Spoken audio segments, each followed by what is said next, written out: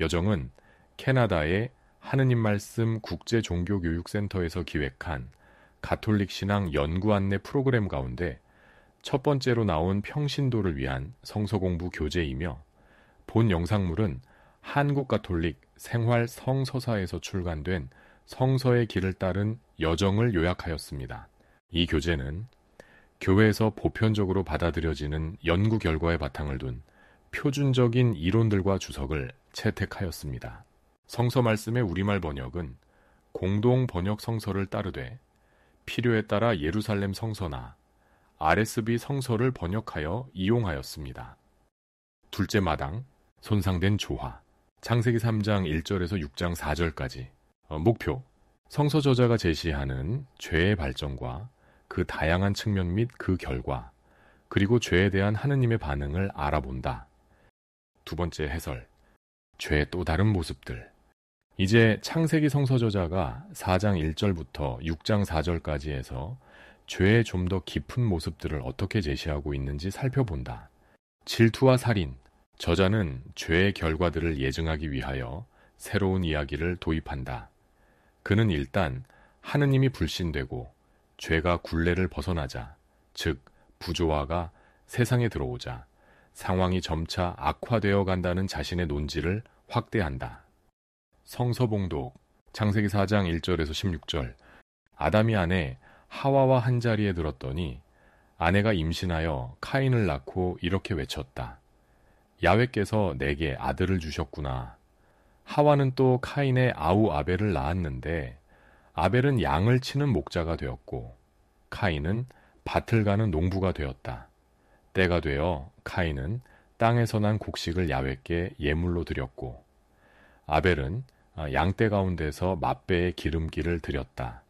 그런데 야훼께서는 아벨과 그가 바친 예물은 반기시고 카인과 그가 바친 예물은 반기시지 않으셨다. 카인은 고개를 떨어뜨리고 몹시 화가 나 있었다. 야훼께서 이것을 보시고 카인에게 말씀하셨다. 너는 왜 그렇게 화가 났느냐? 왜 고개를 떨어뜨리고 있느냐? 네가 잘했다면 왜 얼굴을 쳐들지 못하느냐? 그러나 네가 만일 마음을 잘못 먹었다면 죄가 네 문 앞에 도사리고 앉아 너를 노릴 것이다. 그러므로 너는 그 죄의 굴레를 씌워야 한다. 그러나 카인은 아우 아벨을 들로 가자 꿰어 들에 데리고 나가서 달려들어 아우 아벨을 쳐 죽였다. 야훼께서 카인에게 물으셨다. 내 아우 아벨이 어디 있느냐?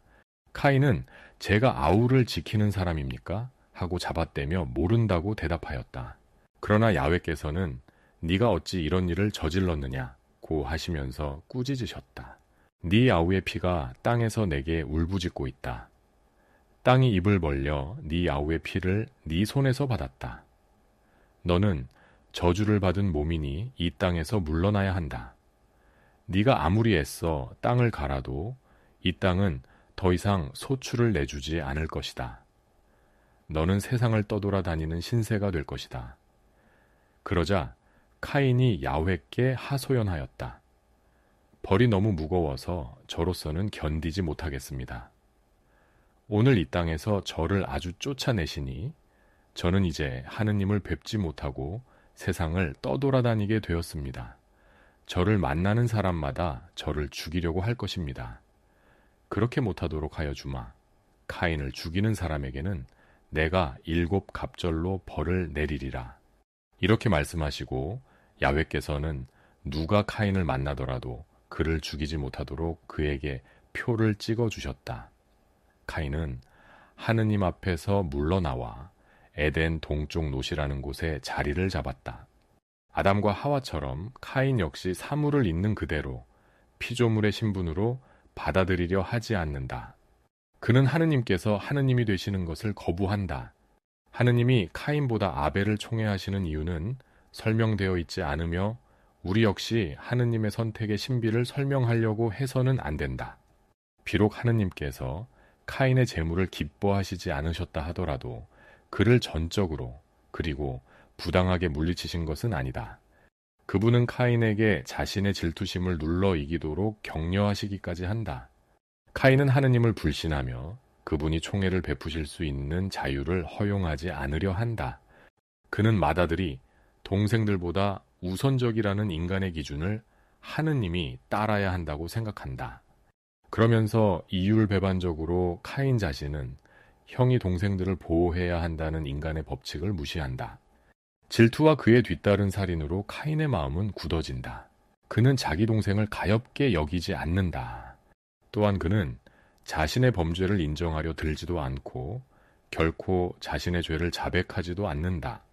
인간과 땅 사이의 관계 속에 파고든 무질서가 더욱 심해져서 농부인 카인은 반항적인 땅을 버리고 유목민이 된다. 그는 하느님을 멀리 떠나 방황한다.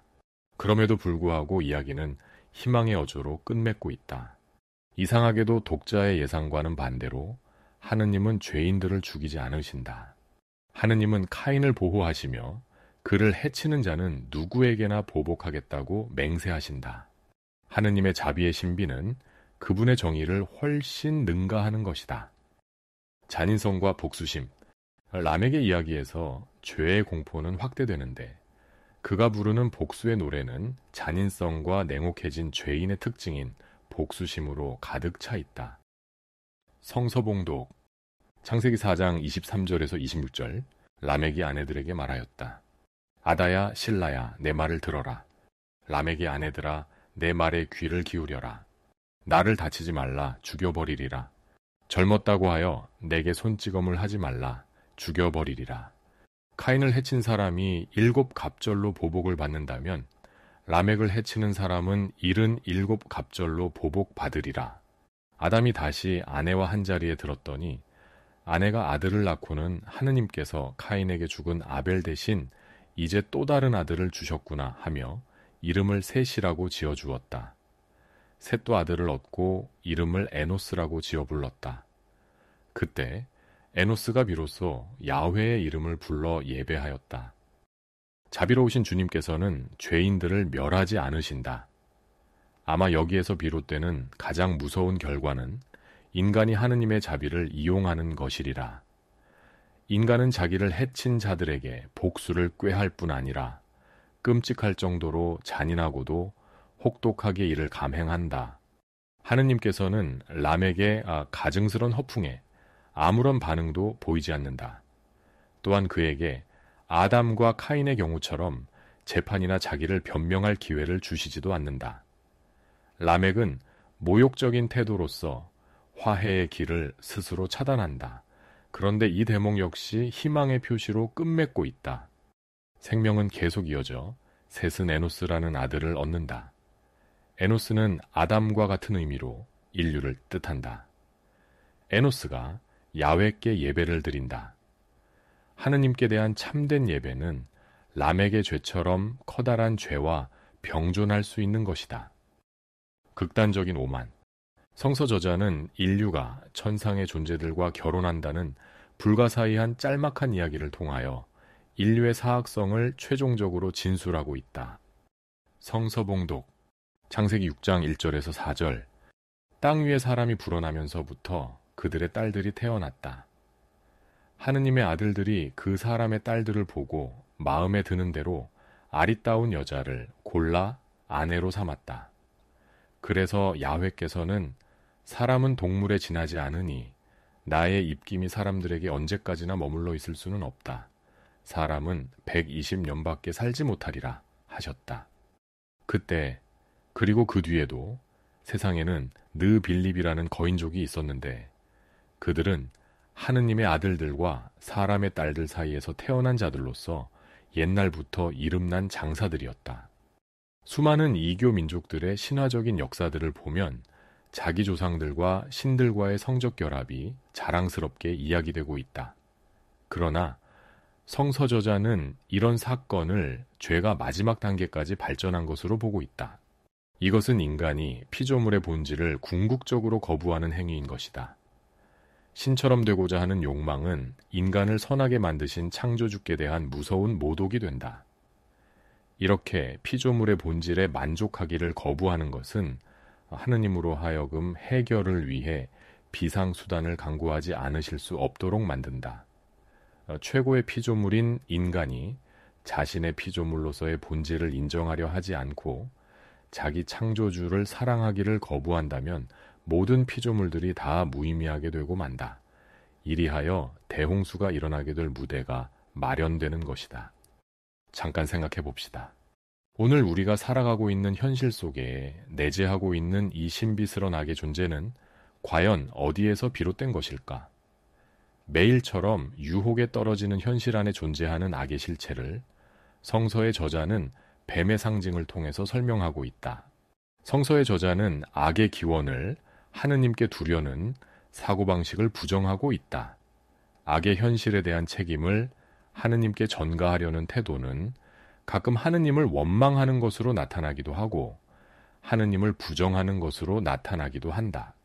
인간 속에 들어있는 악의 현실은 결코 부정할 수 없는 실제이지만 악은 어디까지나 하느님이 만드신 것이 아니라 인간들 안에서 시작되었음을 창세기는 가르치고 있다. 악은 결국 하느님과 인간과의 사랑과 신뢰의 관계에 대한 왜곡에서부터 시작된다. 이렇게 시작된 결과가 얼마나 넓고 깊게 확대되어 가는지를 우리는 살펴보았다. 하느님께 대한 불신은 결국 하느님처럼 되어보려는 오만을 낳게 되는데 이것은 하느님과 동등하게 되려 하지 않으시고 종의 모습을 취하신 그리스도의 겸손을 생각하게 한다. 어쨌든 악의 지배가 갈수록 넓고 깊어가는 현실 속에서 우리가 확신하는 바는 하느님을 떠나서는 인류의 진정한 발전이란 있을 수 없으며 보다 나은 세상도 만들 수 없을 뿐 아니라 오히려 더욱 악의 세력을 확장시켜 갈 뿐이라는 것이다. 다음 영상물에서 계속 이어집니다. 구독 신청으로 함께 해주세요.